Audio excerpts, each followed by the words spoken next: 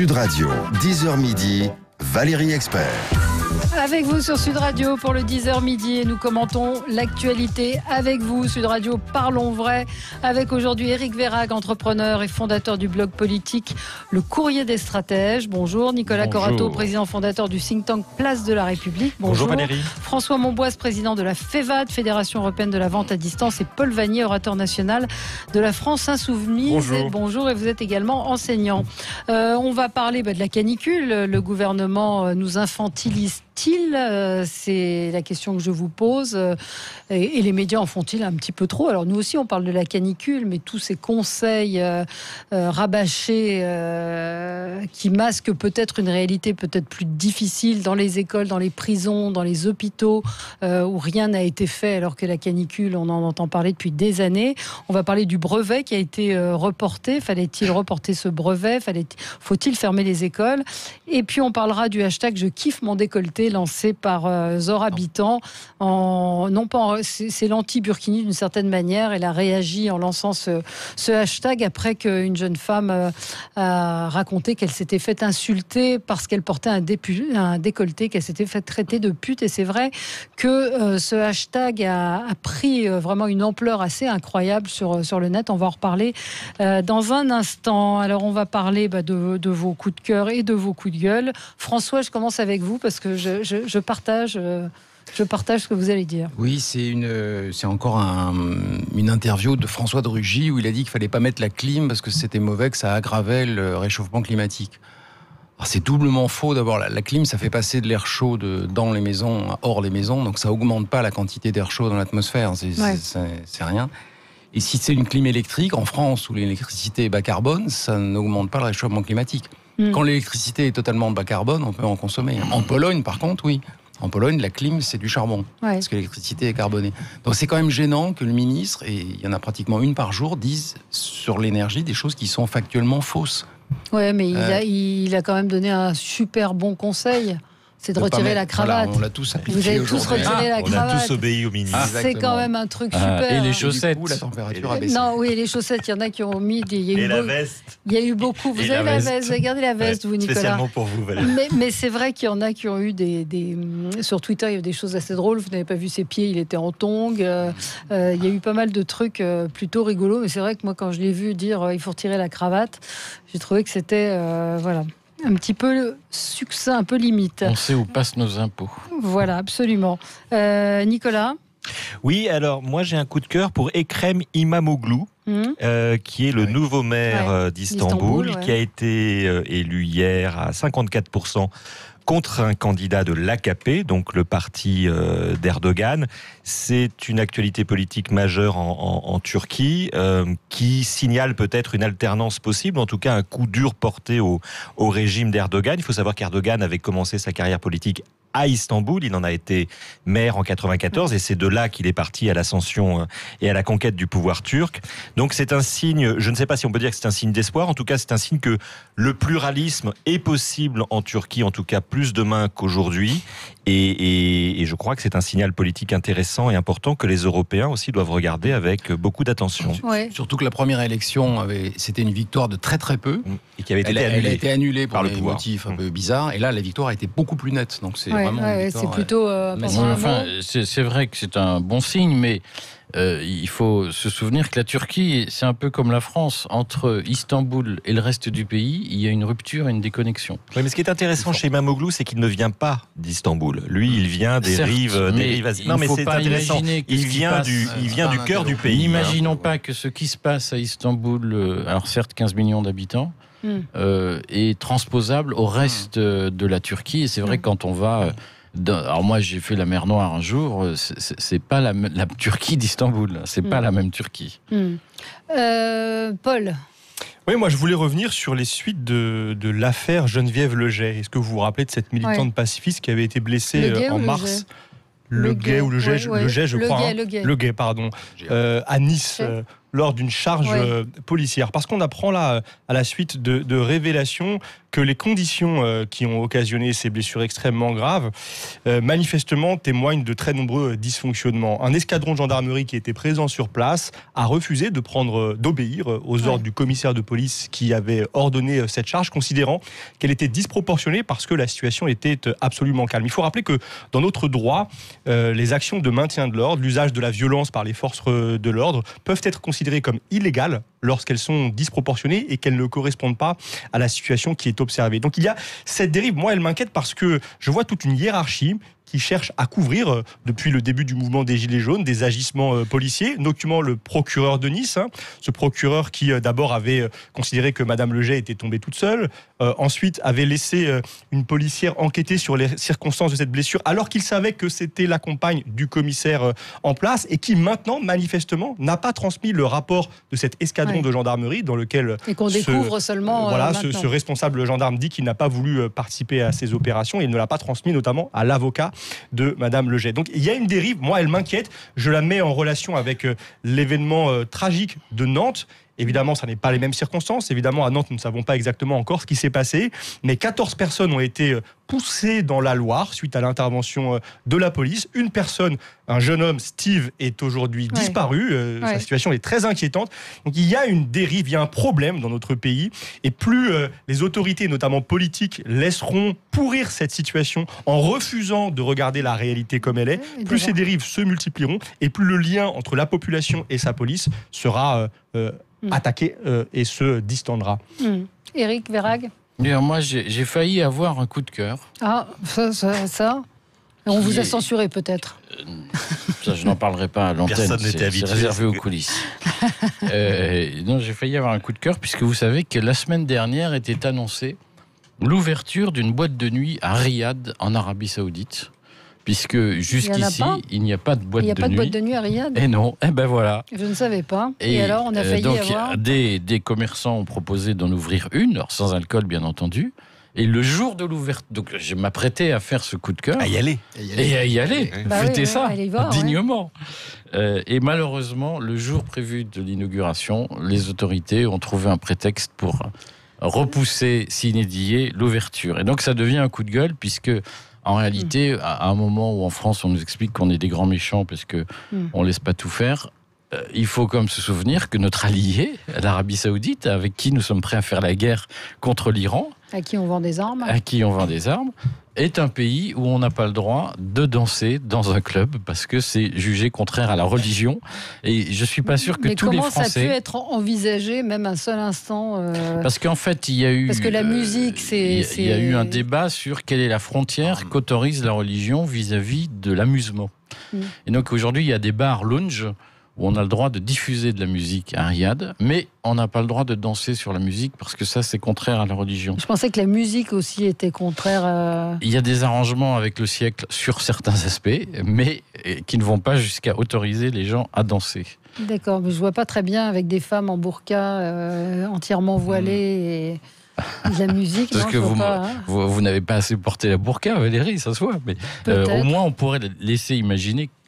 On pourrait imaginer que les hommes puissent danser en Arabie Saoudite. Tout seul, d'accord. Mais c'est une information intéressante. Moi, j'ai entendu ce matin Cédric O, le secrétaire d'État au numérique. La journaliste lui posait la question des zones blanches en France. Donc, vous vous souvenez que le gouvernement s'est engagé à ce qu'il n'y ait plus de zones blanches d'ici quelques années. Il répond pas vraiment à la question. En fait, c'est une spéciale dédicace pour mon papa qui habite dans une zone blanche, qui est quelqu'un qui a un certain âge, mais qui sait servir d'Internet. Et Cédrico n'a pas répondu à la question. Il a dit, le problème, c'est pas les zones blanches, c'est en gros les vieux qui savent pas s'en servir. Bah non. Mon père, s'il n'était pas en zone blanche, il saurait se servir d'Internet, il sait ouvrir un mail, il sait ouvrir des choses, sauf qu'aujourd'hui, il peut pas télécharger les journaux, il peut pas télécharger de documents parce qu'il est dans une zone blanche. Donc, je voudrais lui dire que c'est pas une question de débilité, ni de formation, ni quoi que ce soit. C'est une question, vous vous y connaissez un petit peu plus. C'est que le problème, c'est pas la formation, le problème, c'est les tuyaux, c'est pas... Mais le problème, c'est qu'on a un système qui est très bien dans les zones denses, c'est-à-dire qu'il y a concurrence entre les 4 opérateurs qui doivent chacun déployer leur réseau. Ouais. Et il faut absolument dans les campagnes mutualiser. C'est-à-dire qu'il faut dire que le sud de la Lozère, c'est Orange, peu importe. Et si vous êtes abonné à SFR, vous passez sur Orange et puis ils s'arrangent entre eux pour un... Ouais. Et tant qu'on ne fait pas ça, ça ne marchera pas parce que les 4 opérateurs privés ne peuvent pas aller dans le sud de la Lozère. C'est pas rentable. Ouais. Encore un grand acquis de la concurrence Curie-Rayon Fossé. Pour rappeler qu'à l'époque du téléphone fixe, dont les infrastructures sont beaucoup plus coûteuses et lourdes à mettre en place, il n'y avait pas de zone blanche dans tous les villages du pays. Mais on avait le téléphone et ça fonctionnait, ce qui n'est plus le cas aujourd'hui avec, en effet... Avec Internet, et il y a une vraie fracture. C'est inacceptable, bien sûr. Et c'était un des sujets des Gilets jaunes. De dire, on est dans des coins où ça passe pas. D'autant plus qu'on dématérialise de plus en plus de démarches, notamment auprès des services publics, ce qui crée une fracture sociale aussi dans l'accès aux droits et aux services. Totale. Mais donc j'ai trouvé que cette réponse qui était de dire le problème c'est pas la zone blanche, c'est la formation et les gens savent pas s'en servir, absolument sidérante. Le problème c'est que, et on regardera attentivement le cahier des charges de la future 5G, le problème c'est la volonté politique d'imposer aux opérateurs qui candidatent effectivement qu'ils couvrent également les zones blanches. Ça fait partie du deal. Aujourd'hui, les politiques n'ont jamais fait cette pression sur les opérateurs existants et c'est pour ça qu'on a les zones blanches en France. Là où Paul a un point, c'est que si le dogme c'est la concurrence, SFR va vous dire c'est pas rentable pour moi d'aller dans le sud de Lozère, point. Ouais, mais on pourrait leur imposer dans le cahier des charges d'aller couvrir des zones particulièrement ciblées qui ne sont pas rentables si on ne le fait pas, ils n'iront pas. Parce qu'ils n'ont pas intérêt à y aller. Ils n'ont pas intérêt à y aller. Vous parliez d'administration, je ne sais pas si vous avez vu cet article dans Le Parisien. L'administration veut se débarrasser du charabia. C'est-à-dire que le ministre de l'Action publique entend alléger le style des courriers pour éviter aux administrés de faire des erreurs. Donc il y a un site qui s'appelle Oops, déjà. Oops.gouv.fr qui recueille les pires lettres administratives. Alors moi j'ai regardé, le Parisien donne des extraits. Donc dans les choses qui sont, paraît-il, incompréhensibles, c'est quand on vous dit, si vous pouvez, si vous le souhaitez, vous en prévaloir. Donc ça, c'est un mot qu'on ne peut pas comprendre. Notamment, vous pouvez prétendre, c'est un mot qui va être banni. Elle ne procure aucune prestation financière. Là aussi, c'est considéré comme du charabia, figurez-vous. Et vous n'êtes pas assujetti. Ça aussi, c'est du charabia. N'hésitez pas à nous contacter si vous n'arrivez pas à nous joindre. Bon, ça, c'est un peu, effectivement, des choses un petit peu aberrantes. Mais non, c'est... c'est le langage juridique. Le langage juridique est difficile. Pour la plupart des gens. Oui, mais à défaut de paiement, passer ce délai, à défaut de paiement, est-ce que... Lisez les commentaires des profs de français sur les copies du bac et la réponse. Oui, donc écoutez... Ce qui est vrai, c'est que la complexité administrative française, elle est à peu près incompréhensible par les générations qui arrivent. C'est-à-dire que le niveau moyen de compréhension de la technostructure qu'on voit dans les générations qui arrivent va leur rendre complètement incompréhensible l'essentiel de leur vie quotidienne, les cotisations sécurité sociale, les obligations administratives, fiscales, etc. Est-ce que c'est compréhensible aujourd'hui ?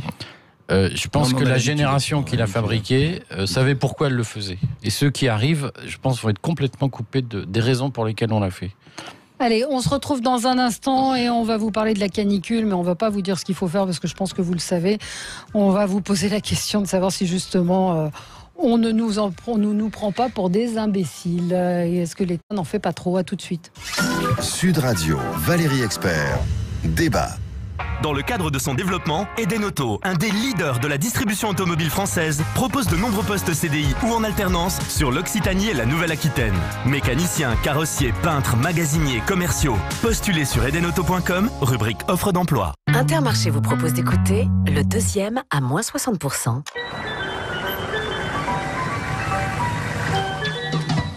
En ce moment, chez Intermarché, pour l'achat d'un paquet de cônes vanille Adélie, le deuxième est à moins 60%.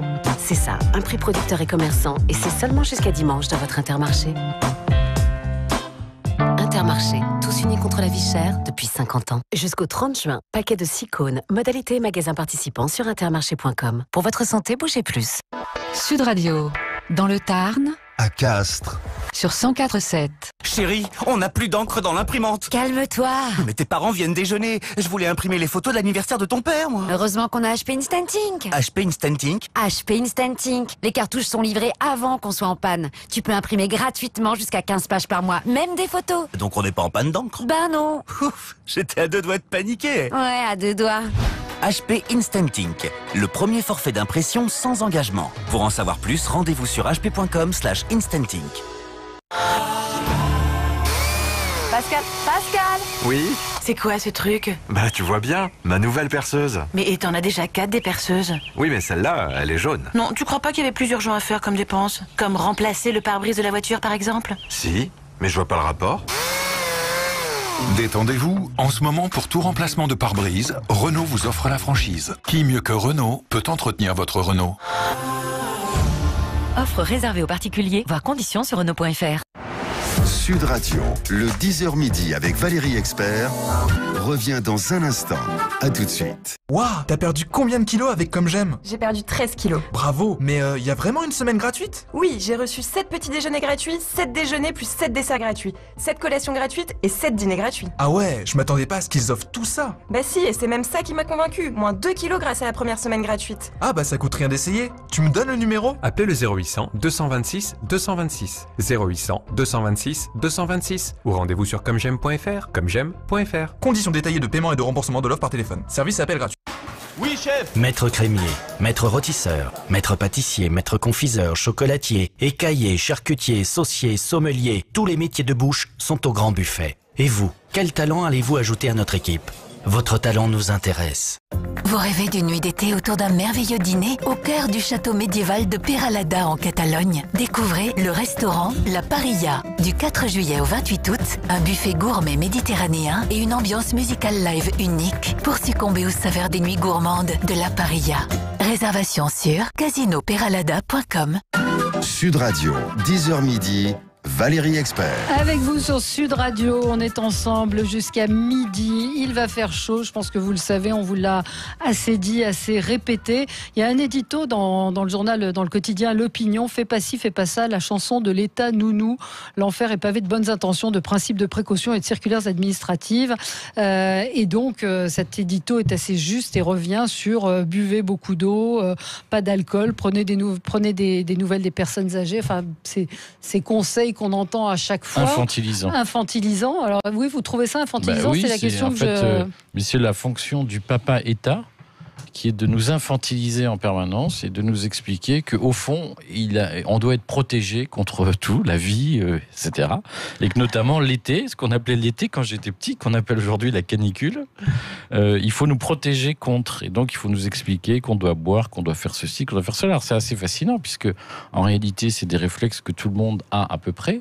Et je comprends bien la logique qu'il y a derrière. C'est que le gouvernement a tellement peur d'un nouvel événement comme les 10 000 morts de la dernière canicule de 2003, qu'il y a une espèce d'excès de précaution qui est prise pour éviter la crise politique. Mais on voit bien, à un moment donné, comment petit à petit, la logique, elle est au jour le jour et par petites gouttes, de nous déresponsabiliser de notre vie et de nous expliquer pas à pas ce qu'on doit faire, ce qu'on ne doit pas faire.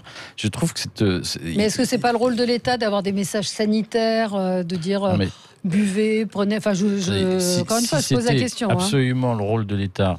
On serait très vigilant sur un certain nombre de médicaments qu'on met sur le marché et qui sont dangereux pour la santé, ce qu'on ne fait pas aujourd'hui. En revanche, je pense que l'État, sous couvert de nous faire de la santé, a surtout une préoccupation qui est petit à petit, et je pense que c'est un problème fondamental de notre société, petit à petit de nous déresponsabiliser. C'est-à-dire de nous dire, finalement, on vous prend en charge de la naissance à la mort, vous n'avez plus de questions à vous poser, et vous avez une espèce d'assistant de vie qui, en permanence, vous indique le chemin à suivre, et surtout, n'ayez plus d'esprit critique vis-à-vis de ça. Je trouve ça totalement effrayant. 0826 300 300, dites-nous ce que vous en pensez. Encore une fois, je vous recite l'édito d'Olivier Auguste, parce qu'en fait, il passe en revue, il énumère toutes les recommandations. Faites du sport, pas trop en ce moment, marchez au moins 10 000 pas par jour, ne fumez pas, mangez 5 fruits et légumes, évitez de grignoter entre les repas, de manger trop salé, trop gras, allez voter, soutenez l'industrie française, roulez au diesel, laissez votre diesel polluant au garage, l'énergie est notre avenir, économisons-la, jouer comporte des risques, appelez le 08. C'est assez juste et ça se termine par n'oublie pas tes clés, range ta chambre, appelle-nous en arrivant et naturellement dis merci. Voilà. Paul. Non mais c'est cette façon de dire que la responsabilité est individuelle d'effacer celle de l'État. Celle des gouvernements qui se succèdent depuis longtemps à sa tête et qui, du point de vue du combat contre le réchauffement climatique, qui est la cause de cette canicule. On sait que les canicules, leur fréquence a doublé ces 30 dernières années, elle va doubler les 30 prochaines années.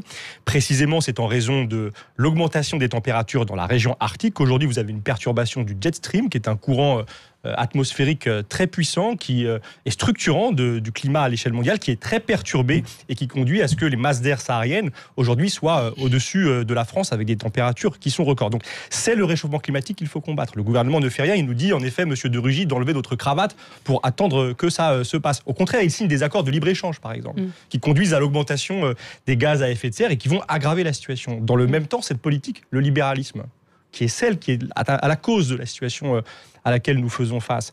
Elle, par l'austérité, elle affaiblit les services publics. L'hôpital public, les urgences sont déjà dans une situation catastrophique. Elles risquent d'être submergées cette semaine. L'éducation nationale est par exemple incapable, parce que ses locaux sont dans un état pitoyable, de faire face. Non, pas de rideaux, pas de double vitrage, pas de toit végétalisé pour isoler les bâtiments. Nous sommes obligés de décaler les épreuves du brevet parce que les salles de classe sont trop chaudes. Donc il y a la responsabilité de l'État. Nous, notre député Mathilde Panot à l'Assemblée nationale a fait une proposition de loi, déclarer l'état d'urgence climatique. L'Angleterre l'a fait, l'Irlande l'a fait, pour mettre toutes nos politiques publiques en cohérence avec cet enjeu qui est l'urgence. Je le répète, les scientifiques du GIEC nous disent qu'il nous reste 12 ans pour agir, sinon il sera trop tard. Je vais pas, parce que c'est un sujet éminemment explosif quand on je vais surtout pas prononcer le mot de climato-sceptique. Hier, vous savez qu'Aymeric Caron a quitté le plateau de Christophe Bordet des Vraies Voix parce qu'il était insupporté que des auditeurs puissent être climato-sceptiques en disant je ne suis pas là pour débattre avec des gens comme ça, grosso modo. Donc il a quitté le plateau, voilà, c'est ça. Il est d'accord, il dit c'est très bien de donner la parole aux gens, mais tout le monde n'a pas le même poids. Donc en gros, les gros comptes, taisez-vous, pour parler clairement. Et il y a Libération qui publie un article, qui republie une interview d'Emmanuel Leroy-Ladurie, qui parle de 2003, qui parle de ces grandes canicules. Donc on ne remet pas en cause, évidemment, le réchauffement climatique. François Monboisse. Oui, moi je crois qu'il y a un réchauffement global, bien sûr. Je crois que c'est l'homme qui a le fait, mais je dirais qu'on s'en fiche, que ce soit l'homme ou la vache, il faut lutter. Hier, il y a eu des polémiques là-dessus. C'est plus le sujet, c'est un peu les juristes qui cherchent à savoir qui a tué. Il ne s'agit pas de savoir, il s'agit d'agir maintenant. Et là, le gouvernement, moi je rejoins Paul, n'est pas très crédible. C'est par exemple Rugy qui ferme la porte sur l'interdiction des Paris-Lyon en avion. Et il y avait 2 propositions de loi, mais il y en avait une qui était raisonnable, qui disait on interdit l'avion quand il y a 2 heures de train. En gros, c'est les Paris-Nantes, les Paris-Lyon, les Paris-Bordeaux. C'est pas grand-chose et ça montre qu'on fait quelque chose. Rugy, il y a des interviews de lui qui circulent. Oui, c'est compliqué, mais changer la vie, c'est compliqué, c'est sûr. On peut difficilement dire aux gens, on va vous renchérir votre voiture, on va renchérir l'essence, et puis on ne fait rien sur un Paris-Lyon en avion. Surtout qu'il n'y en a pas beaucoup, les Paris-Lyon. On nous dit qu'il ne faut pas l'interdire, mais vous savez, il y en a très peu.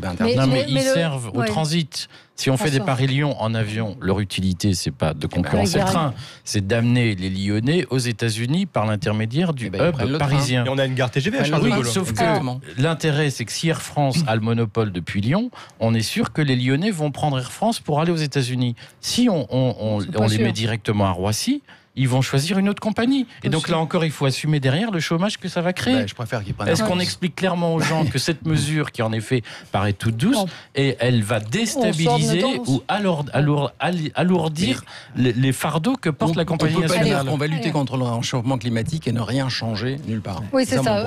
On va y revenir. On va revenir sur notre sujet, effectivement, de la prévention, etc. Mais concrètement, les prisons, les hôpitaux, les écoles, qu'est-ce qu'on fait? C'est là où on attendait l'État. Eh ben on va vous donner la parole dans un instant. On aura Cécile en ligne 0826 300 300. À tout de suite.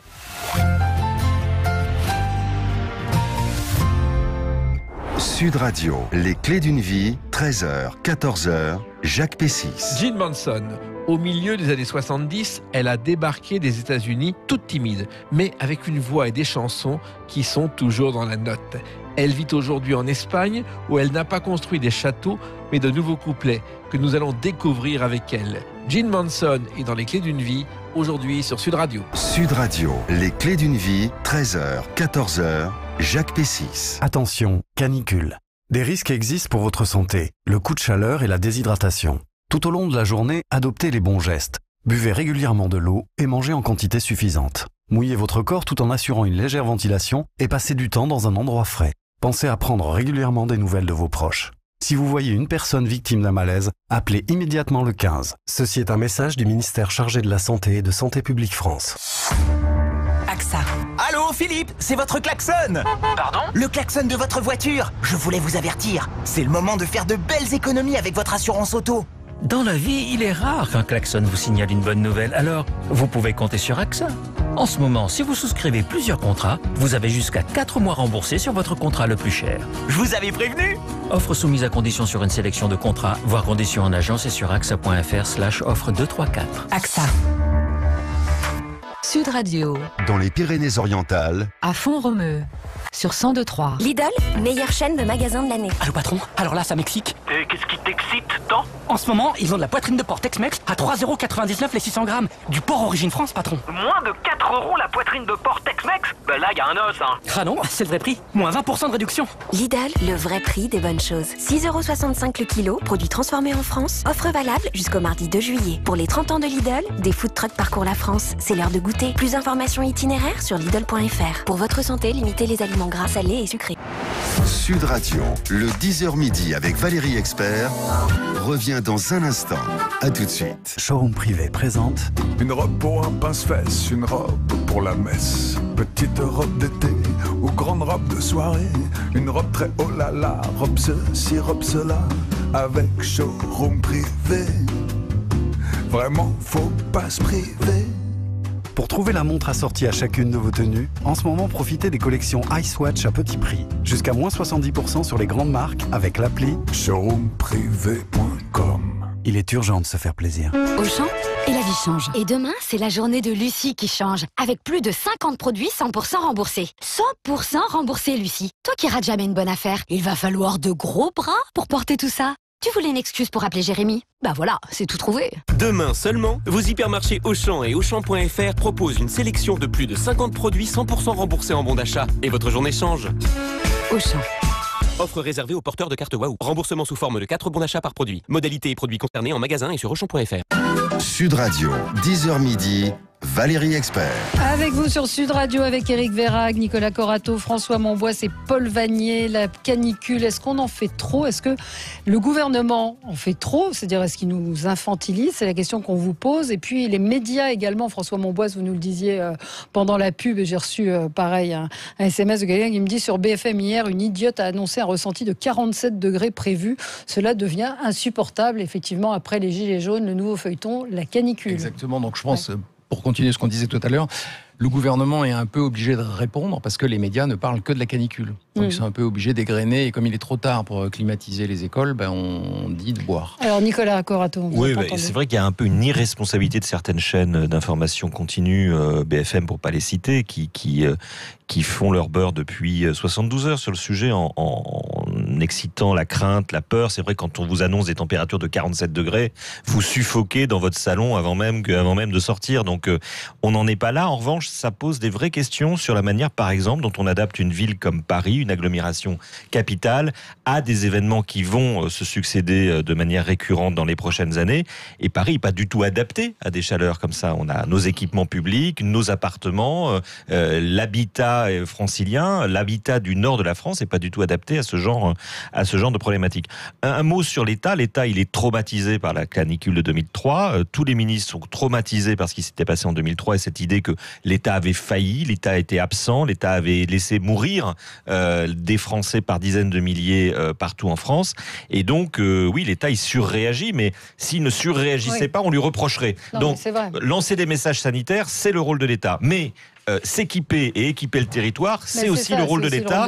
Et c'est vrai que moi, je pense aujourd'hui, pardon de le dire, mais par exemple aux détenus qui sont à 2 à 3 dans des cellules de 9 mètres carrés, dans les prisons, il n'y a pas la climatisation. Alors vous allez me dire, c'est peut-être pas le sujet central des Français, mais moi je pense que la dignité humaine, c'est le sujet central d'une république. Et aujourd'hui, qu'on ait des gens qui soient dans des cellules de 9 mètres carrés à 30 degrés ou plus de température, c'est pas humain et c'est pas digne d'un pays comme la France. On a Cécile qui nous appelle de Pau. Bonjour Cécile, vous êtes à l'antenne sur Sud Radio, on vous écoute. Oui, bonjour Valérie, bonjour à tous. Oui, alors écoutez, oui, moi je suis très partagée parce que je trouve qu'en effet, l'État en effet est traumatisé, on nous ressort Mattei avec son polo blanc, etc. Bon, en effet, je pense que l'État a très très peur du jugement de l'opinion publique. Les médias en effet concourent à cette inquiétude. Il est évident que l'État a tout de même un rôle à jouer, doit faire des messages de prévention. Vous savez, moi je travaille dans une maison d'une résidence pour personnes âgées. Donc depuis 3 jours, on est très vigilant, on fait attention, on a des mots dans la boîte aux lettres, on va voir nos personnes âgées, on fait attention à tout ça. Mais je crois que ça, c'est le rôle de l'État, en effet. En revanche, le message très infantilisant, mais il va se faire, en effet. C'est-à-dire qu'aujourd'hui, on nous demande pas seulement de se protéger de la canicule, mais on doit pas boire, pas fumer, pas conduire vite. Enfin, c'est devenu effrayant.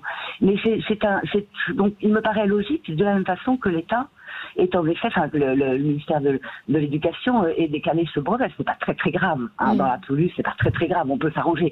Tout le monde est un peu dérangé parce que les enfants ont pris des grandes voiles à faire dans la semaine prochaine. Je pense qu'en effet, l'État doit le faire. Mais je suis surtout inquiète, moi, du fait que, du coup, se réveille l'espèce de guerre de religion sur le climato-scepticisme. On nous fait des procès en révisionnisme, etc. Ça m'inquiète énormément parce que il y a d'une part un constat simple que devraient faire tous les scientifiques, mais il y a une guerre entre scientifiques. Moi, je me souviens du livre de François Gervais.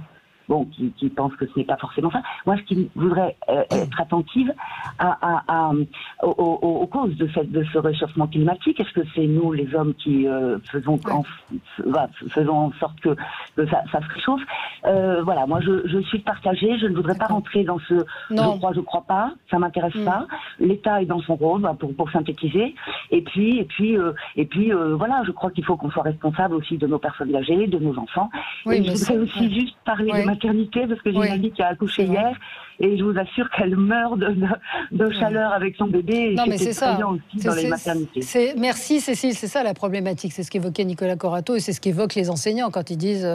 Voilà, on nous dit d'arroser les élèves. Il y avait cette formidable proviseur en Seine-Saint-Denis qui disait oui, arroser les élèves, on fait comment après? Il y a des problèmes de sécurité. Enfin, on fait quoi? C'est vrai que c'est un petit peu facile, quoi. Non, mais il faut tout repenser. Voilà, le réchauffement climatique, il est là, il est commencé. On en voit certains des effets. Ils vont s'aggraver et donc il faut transformer l'urbanisme de nos villes. Vous en parliez, mais par exemple, il faut végétaliser les villes. Il faut planter des arbres, il faut des parcs, il faut isoler les bâtiments. On parlait de la climatisation, mais la première économie d'énergie, c'est l'énergie qu'on ne consomme pas. Donc l'isolation, l'hiver, c'est important, mais l'été, elle joue le même rôle. Il faut planifier cette bascule vers un tout autre modèle, parce que sinon, nous subirons à chaque fois, nous serons toujours dans la réaction urgente, immédiate et insuffisante à chaque fois. On sera passif finalement face à un phénomène qui risque de nous dépasser. Le brevet, fallait le reporter ou pas? On ouvre la boîte de Pandore sur cette histoire de brevet, parce que j'ai vu qu'il y a un certain nombre d'élèves qui avaient prévu de partir en vacances dès lundi. Et donc le ministre, du coup, explique que les élèves qui devaient partir en vacances pourront passer le brevet au mois de septembre. Alors, en réalité, je pense qu'Éducation nationale qui rêve de tordre le cou à ces grands examens nationaux un peu obsolètes. Coûteux parfois, mais compliqué à organiser parce qu'il faut mobiliser des établissements, etc. Je pense que c'est une bonne occasion, petit à petit, chaque fois, de dire, voyez, on pourrait faire autrement, après tout. Oui, il y a le contrôle continu. Moi, Oui, mais le brevet, il est déjà massif. Est-ce que le brevet sert encore à quelque chose? Mais c'est toujours le même argument, c'est un examen, c'est les mettre dans des conditions d'examen, c'est le premier truc.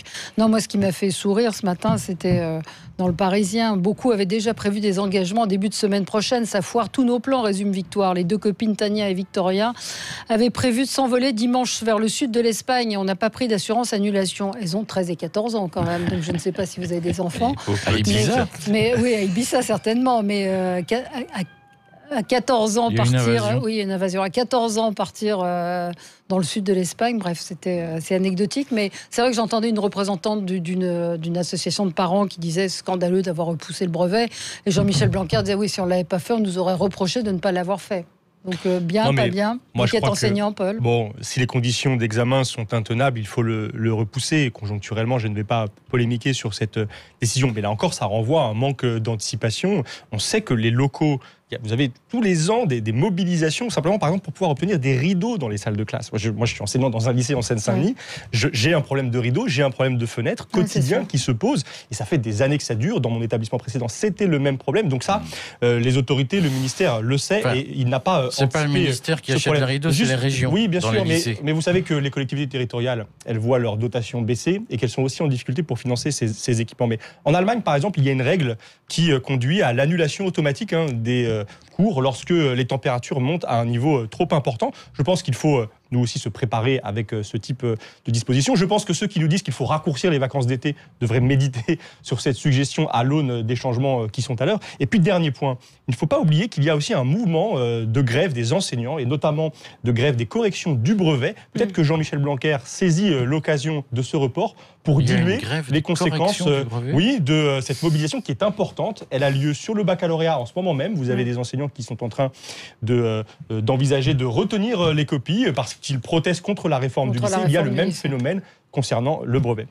Allez, on se retrouve dans quelques instants. Tiens, avant, je vais vous faire écouter le meilleur des conseils. C'était en 1975. Écoutez. Qu'est-ce qu'on peut bien faire pour se rafraîchir? Mais au fait, dans la région, qu'est-ce qu'on boit quand il fait chaud? On vend des vitelles, on vend des jus de fruits. Mais enfin, quand même, il faut dire une chose, c'est que la bière étant la boisson préférée de la région, on en boit quand même. Habituellement, on en boit une, on en boit deux. Maintenant, on en boit trois ou on en boit quatre, quoi. Mais à force d'en boire de la bière, et surtout s'il continue à faire aussi chaud, on se demande si, comme en 1959, il ne va pas nous en manquer. Il y a des stocks et les livreurs continuent leur tournée. Donc, cette année, malgré la chaleur qui persiste et qui incite à boire, les gens du Nord ne manqueront pas de leur breuvage préféré. Et puis, la bière, ce n'est pas mauvais pour la santé, à condition d'être raisonnable, bien sûr. Le Comité national de défense contre l'alcoolisme dit même qu'on peut en boire jusqu'à 1,5 litre sans danger pour la santé. Cela fait quand même 6 bonnes chopes et de quoi se désaltérer dans une journée. Voilà. 1,5 litre, ça va, 1,5 litre de bière. Bon voilà, les années passent et les conseils ne sont pas les mêmes. Donc l'État avait d'autres préoccupations à l'époque, c'était la pénurie de bière. Absolument. Allez, on se retrouve dans un instant. Hashtag je kiffe mon décolleté. À tout de suite. Sud Radio, Valérie Expert, débat. Auchan et la vie change. Et demain, c'est la journée de Lucie qui change. Avec plus de 50 produits 100% remboursés. 100% remboursés, Lucie. Toi qui rates jamais une bonne affaire, il va falloir de gros bras pour porter tout ça. Tu voulais une excuse pour appeler Jérémy? Bah voilà, c'est tout trouvé. Demain seulement, vos hypermarchés Auchan et Auchan.fr proposent une sélection de plus de 50 produits 100% remboursés en bon d'achat. Et votre journée change. Auchan. Offre réservée aux porteurs de carte Waouh. Remboursement sous forme de 4 bons d'achat par produit. Modalité et produits concernés en magasin et sur Auchan.fr. Cofidis présente Préjugé numéro 11. Les offres alléchantes cachent souvent un loup. Ah ben non, en fait, il n'y en a pas. Jusqu'au 1er juillet 2019, Cofidis propose le prêt personnel à taux exceptionnel. Et c'est tout. Mais attention, plus que quelques jours pour en profiter. Rendez-vous sur cofidis.fr. Cofidis. Changez votre regard sur le crédit. Noroto. Allez hop, je viens d'augmenter notre budget vacances. Ouais, tu fais de la magie avec les euros toi maintenant? Non, mais j'ai fait ma révision chez Noroto. Oh, t'es mon banquier préféré. Jusqu'au 31 juillet, Noroto vous offre jusqu'à 50 € de réduction sur votre révision. Diagnostic anti-pollution inclus. C'est bon de rouler plus propre sans mettre l'argent des vacances dans sa révision. Noroto. Valable sur révision éco-contrôle, conditions sur noroto.fr. Je peux pas. Je solde chez Cdiscount. Rendez-vous demain à 8h pour en profiter. Solde du 26 juin au 6 août inclus dans la limite des stocks disponibles. Voir conditions sur le site. Eurorépar. Eurorépar s'associe à Spiderman pour vous proposer des offres renversantes. Le pneu Eurorépar Reliance à partir de 39,99 € TTC dans tous les garages Eurorépar participants. Soyez à la hauteur de votre nouveau pouvoir d'achat. Venez découvrir Spider-Man Far From Home au cinéma le 3 juillet 2019 avec les 1400 garages Eurorépar. Modalité sur eurorépar.fr. Eurorépar. Voici 2 billets d'avion identiques. Même destination, même date, même classe. Et pourtant, l'un des deux est bien moins cher que l'autre. Merci algofly.fr. Algofly.fr est un comparateur de vol. Vous cherchez le billet le moins cher? Vous êtes perdu dans la jungle des prix? Doté d'un algorithme unique, Algofly.fr cherche et trouve pour vous le tarif le plus bas au bon moment. Algofly.fr est un service 100% gratuit. Vos billets d'avion au prix le plus bas?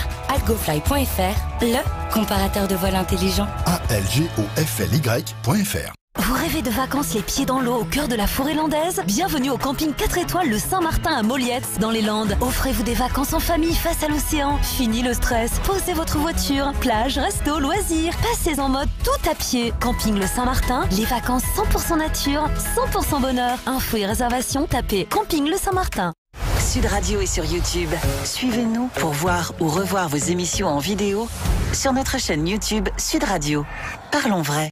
Sud Radio, 10h midi, Valérie Expert. Avec vous sur Sud Radio jusqu'à midi. Vous retrouverez ensuite André Berkoff avec moi pour débattre. Éric Verhaeghe, entrepreneur et fondateur du blog politique Le Courrier des Stratèges. Nicolas Corato, président fondateur du think tank Place de la République. François Monboise, président de la FEVAD. Et Paul Vanier, orateur national de la France Insoumise et également enseignant. Alors c'est un hashtag qui a eu un succès absolument inattendu. C'était le 18 juin dernier. Une certaine Céline B, agacée de devoir faire face aux remarques des hommes sur sa tenue parce qu'elle avait un décolleté, a publié donc d'après un type croisé tout à l'heure, ceci est un décolleté de sale pute, mec, mes seins et moi on t'emmerde bien fort. Zor Habitant a donc décidé de lancer ce hashtag je kiffe mon décolleté. Il y a eu plus de 15 000 messages qui ont été postés par des femmes sur les réseaux sociaux pour dire on s'habille comme on veut et en gros on vous emmerde. Il y a même Nadine Morano qui a publié, qui a mis son décolleté, absolument. Vous avez raté ça. Il y a quelqu'un qui a dit je quitte Twitter. J'ai vu beaucoup de choses, j'ai entendu beaucoup de choses, mais ça je ne peux pas. Mais c'est vrai que c'était en réaction à ceux qui demandent à ce que les femmes se couvrent, à ce qu'elles et au fait qu'on ne puisse plus effectivement se promener dans la rue, enfin dans beaucoup d'endroits sans se faire insulter. Étonné ou pas par ce... Moi, j'ai découvert que ma belle-sœur qui vit à Québec, qui est médecin québécoise, qui faisait un post-doc en France, m'a dit « Je quitte Paris ». C'était intellectuellement enrichissant, mais c'est vrai qu'elle habitait à la Bastille. C'est vrai que tous les matins, je me fais traiter de pute par des gens qui zonent dans la rue. Et que, alors ça m'a un peu estomaqué, puisque je me suis dit, mais même dans les quartiers centraux de l'hypercentre parisien, il y a ce sentiment de harcèlement dans les rues. Que moi je ne vois pas, mais qui est une réalité, Nicolas. Tu ne peux pas éternellement... Non, mais je souffle parce que ça fait des années qu'il y a un sentiment de harcèlement dans les rues à Paris. Mais pourquoi on ne parvient pas à le Parlons à nos mères qui ont vécu à Paris, qui ont vécu la même chose. Non. Il y a un moment... À Québec, ça n'existe pas. Tu généralises. Excuse-moi, Eric, mais... À Québec, les femmes ne se font pas traiter de putes dans la rue. Mais parce que... Mais à Paris non plus, ma belle-sœur n'est pas provocatrice. Je ne dis pas que ça se justifie. Je dis que l'idée que ce mouvement ignoble des hommes vis-à-vis des femmes serait nouveau est une fausse idée instrumentalisée politiquement. Voilà ce qu'est la réalité. La réalité, c'est qu'aujourd'hui, la violence verbale vis-à-vis des femmes, elle existe culturellement dans cette société depuis des décennies. Elle a changé peut-être de nature, peut-être de culture, mais c'est pas un fait nouveau. Que les femmes aient du mal aujourd'hui à s'habiller comme elles le veulent, c'était vrai il y a 20 ans, c'était vrai il y a 40 ans. Je veux dire, c'est un long combat, le féminisme, et c'est un combat qui ne s'arrête jamais. Et il faut le soutenir. Mais de dire que c'est un mouvement nouveau et mais moi, j'ai pas dit que c'était nouveau. Je fais juste le constat qu'on a des étudiants, des médecins étrangers qui viennent en France, femmes de 30 ans, et qui disent l'inconvénient apparaît... Attends, mais en fait, ils disent... Aux États-Unis, au Canada, ça ne se produit pas comme ça dans des grandes villes. Et donc, à un moment donné, il n'est pas absurde de se demander pourquoi dans Paris aujourd'hui, hypercentre, je ne parle même pas de la Porte de la Chapelle, pourquoi dans l'hypercentre parisien, des jeunes gens éduqués disent mais l'inconvénient à Paris, c'est qu'on se fait traiter de pute sans raison quand on traverse la rue. Et je pense à rien de scandaleux de poser cette question. Non, Paul Vanier. Non. Moi, je suis d'accord, ça fait fort longtemps que ce problème existe. Peut-être qu'il est plus grave aujourd'hui, en tout cas, il est inacceptable, il faut le combattre, il n'est pas français. Je me rappelle d'une féministe belge qui avait fait cette caméra cachée édifiante où elle était filmée marchant dans la rue, et en effet, elle était toutes les 30 secondes, toutes les 2 minutes insultée, méprisée. Des commentaires absolument inacceptables étaient faits sur son corps. C'est toujours la même question, c'est de la liberté des femmes de se vêtir comme elles le souhaitent, d'être dans l'espace public comme elles veulent l'être, à condition de respecter les règles de civilité. Il n'y en a que 2. Ne pas se dissimuler entièrement, ne pas se couvrir le visage et ne pas être nu dans l'espace public. C'est une règle d'ordre public. En dehors de ces 2 bornes, toutes les attitudes sont possibles, elles doivent toutes être respectées. Celles qui veulent mettre des décolletés doivent pouvoir le faire. Celles qui veulent vouloir se vêtir d'une autre façon doivent pouvoir le faire. Et vous voulez dire, on devrait pouvoir porter le burkini dans une piscine, c'est ça que vous êtes en train de nous dire. Pourquoi est-ce qu'il faudrait parler du burkini ? Parce que je vois bien On tourne autour du pot. Non, mais tout doit être permis en dehors, être à poil et totalement couvert. On voit bien ce que ça veut dire. Vous avez par exemple parlé de la Porte de la Chapelle. Pourquoi ? Moi, j'habite dans le 18e arrondissement. Qu'est-ce que vous voulez dire quand vous parlez parler dans cette discussion de la porte de la chapelle. Parce que moi, quand ma femme va à porte de la chapelle, elle doit quitter le trottoir quand il y a un attroupement de mecs qui la regardent. Par exemple. Il faut arrêter de se mentir, ça existe. Allons au fond. Le sous-entendu de cette discussion consiste à penser qu'il y aurait un problème avec des musulmans qui interdirait aux femmes de se vêtir comme elles le veulent dans l'espace public. Moi, je réfute cette hypothèse. Les comportements machistes, ils n'appartiennent pas à ceux qui sont du côté d'une confession quelle qu'elle soit. Oui, moi je suis du côté des femmes, en effet, du côté de celles qui veulent se vêtir comme elles le veulent, en plaçant ces 2 bornes que j'ai explicitées tout à l'heure. Tout le reste doit être permis. C'est la République française et les lois s'appliquent de la même façon à toutes et à tous dans notre pays. C'est encore une fois une fake news. De quoi ? Dans l'espace de l'administration, j'ai été fonctionnaire. On parle de l'espace public là. D'accord. On parle de la rue. On ne parle pas de l'administration. Non mais vous dites la République, c'est tous les droits. Quand vous êtes fonctionnaire, vous interdisez à vos fonctionnaires qui sont sous votre responsabilité là, vous changez de porter le foulard islamique. Vous avez parlé en effet de la porte de la chapelle. On est d'accord qu'il s'agit de l'espace public dans la porte de la chapelle. Tout n'est pas permis. Je pense que dans certains quartiers, vous vous faites moins traiter de pute que dans d'autres. Si vous restez dans les... je pense que si. Bon, peut-être que c'est pas politiquement correct de le dire, mais je pense que si, et je pense qu'il y a des quartiers dans lesquels je n'irai pas habillée de la même manière que je suis dans d'autres quartiers. Et le hashtag de Zora Habitant, c'était clairement une réponse à l'argument pro-voile qui est on met la tenue qu'on veut. Elle dit ok, on met la tenue qu'on veut, y compris le décolleté. Mais la question... Et les gens qui étaient contre... Parce qu'on ne va pas faire tous les étés le marronnier sur le burkini, parce que c'est facile. Non, mais je veux dire, jusqu'à ce qu'il soit interdit en France, on le fera. Le sujet politique... Au nom du fait qu'il n'est pas normal que dans un espace public en France, on affiche ses convictions religieuses par des tenues. Votre vocation est on est tous obsédés par les tissus. On est tous obsédés par le tissu. On n'a pas à afficher son appartenance religieuse en France. Ce qui nous obsède, c'est pas la liberté, c'est pas le droit, c'est le tissu. Donc on légiférons sur le burkini. Qu'est-ce que c'est que ce tissu ? C'est un symbole religieux. Non, mais Nicolas, je vous pose la question, c'est quoi ? Il est interdit dans les un tissus. signe d'appartenance à une religion où la femme doit se cacher. Donc vous pouvez raconter tout ce que vous voulez. Ça reste une mesure vexatoire pour les femmes.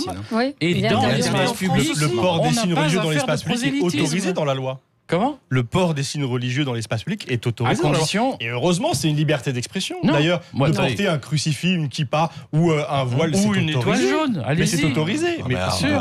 Mais c'est du marquage religieux. C'est insupportable. La base de la cohésion de la société française. Pas tous en même temps. La base de la cohésion de la société française. Alors, allez au bout de votre intention. C'est qu'on considère qu'il y a une liberté religieuse. Je vais finir. Il y a une liberté religieuse qui s'accompagne d'une mesure d'équilibre qui est que chacun reste discret dans l'espace public. C'est pas dans la loi. C'est le fondement de la cohésion sociale. Pas du tout dans la loi. Mais tout n'est pas dans la loi. Tu parles de choses qui ne sont pas dans la loi. L'identité française, elle est bâtie comme ça. Alors, est-ce qu'on accepte de déséquilibrer ça ? Vous voyez bien que ça va créer des dissensions. François Montboisson, on vous a pas entendu. C'est un objectif clair des frères musulmans d'imposer les signes visibles dans tout l'espace public. Mais le burkini, c'est pas une femme toute seule qui a envie du burkini. L'espace public pas en Iran. La voie publique dans une démocratie a toujours été une zone de combat politique. À nous de l'investir, je veux dire aux laïcs de l'investir, à ceux qui font l'éducation de l'investir, à nous de ne pas laisser les frères musulmans seuls dans l'espace public. Mais c'est ce qu'on est en train de dire. Non, vous êtes en train de nous dire qu'il faut interdire ces manifestations religieuses dans l'espace public, et donc vous êtes en train de revenir sur le principe de la liberté de conscience. Parce qu'à force de tourner autour du burkini et de quelques morceaux de tissu, on en arrive à mettre à bas les principes fondateurs de notre République. Ce n'est pas un morceau de tissu. Il est interdit dans les piscines, c'est pas un sujet le burkini. C'est pas un sujet, il est interdit. À Grenoble, il est interdit. Elles ont été verbalisées. Non, tu rigoles. Elles ont eu 35 € d'amende. Mais bien sûr que elles reviennent. C'est interdit. Arrêtons de centraliser le débat public sur ce sujet. Disons-nous quels sont les moyens que nous avons de lutter contre l'islam politique. Voilà un vrai sujet. Mais alors voilà le sujet. Comment on lutte contre l'islam politique ? Je vous pose la question, Nicolas Corato. Pourquoi moi je vais vous dire. C'est pas de l'islam politique, les moyens dans l'éducation. On met les moyens dans l'éducation. On met les moyens dans l'éducation là où il y a effectivement un vrai ouvrage de prosélytisme qui pose un vrai problème vis-à-vis d'un certain nombre de jeunes de ce pays. Le burkini, c'est pas du prosélytisme ? Mais le burkini, encore une fois, vous centralisez là où il n'y a pas. C'est pas là qu'est l'enjeu politique. On ne va pas régler nos problèmes dans les piscines municipales. Quand 10 femmes se coordonnent pour venir en burkini, c'est bien autre chose qu'un choix individuel. C'est une action politique. dans cette piscine, c'était interdit. C'est interdit dans quasiment toutes les piscines municipales. Elles ont fait une démarche politique. Elles sont venues, oui, comme il y a des gens qui viennent à poil dans les piscines qui sont verbalisés aussi. Voilà, mais la règle, elle existe. Sauf qu'il se passe quoi ? On en parle, il y a une victimisation qui en découle forcément, c'est-à-dire on est exclu, on peut pas, etc. Donc il y a le mec qui va à poil. Mais moi, je réfute cet argument. Le burkini, je n'ai pas envie de voir des gens en burkini dans les piscines. C'est interdit, il y a des règlements, elles sont verbalisées, elles ne reviendront pas. Et si elles reviennent, elles seront reverbalisées. Il y a des règles, elles s'appliquent, il y a des lois. Pourquoi elles le font ? Alors allez au bout de votre pensée, pourquoi elles le font ? Je ne comprends pas ce que dit Nicolas. Sur le fond, tu es pour l'interdiction. Est-ce que tu justifies l'interdiction du burkini dans les piscines ou pas ? Est-ce que c'est une violation des règles de la République d'interdire le burkini ou pas ? J'applique les règles de la République. Quand il y a un règlement dans une piscine municipale, il s'applique. Bien sûr que je suis pour l'interdiction du burkini. Je suis contre, en revanche, le fait qu'on monopolise l'attention du public sur ces sujets-là, qui pour moi ne sont pas les vrais sujets et qui sont des sujets que vous instrumentalisez les uns et les autres à très mauvais escient. Mais qui instrumentalise qui ? Mais les uns les autres, ceux qui sont contre l'islam en France et ceux qui sont pour. Voilà. Non, vous ne pouvez pas parler de l'islam en France, vous ne pouvez pas dire ça. Vous ne pouvez pas dire contre l'islam, contre l'islam politique. À un moment, à force de polariser sur l'islam, on en oublie les vrais sujets. Et je pense que le sujet de l'islam n'est pas le sujet majeur aujourd'hui dans le débat public. C'est pas l'islam, c'est l'islam politique. On parle d'autre chose. Mais il y a sans doute des gens qui instrumentalisent des deux côtés. Mais ils sont très heureux d'ailleurs de pouvoir faire monter cette mayonnaise chaque été. Je rappelle que l'été dernier déjà, à Cannes, où il y a 2 ans, les plages de Cannes, d'ailleurs le maire de Cannes a été